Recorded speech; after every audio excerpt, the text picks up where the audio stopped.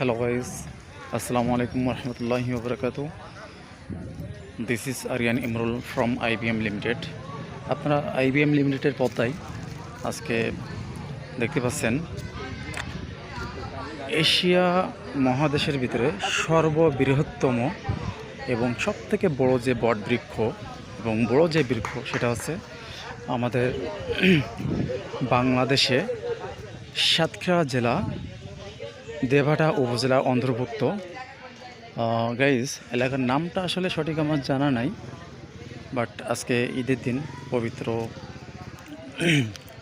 ঈদুল Azha.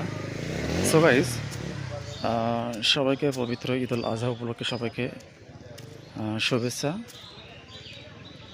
So আজকে দেখতে পাচ্ছেন যে এশিয়ার সবথেকে বড় বৃক্ষ বট গাছ যেটা বলা হয়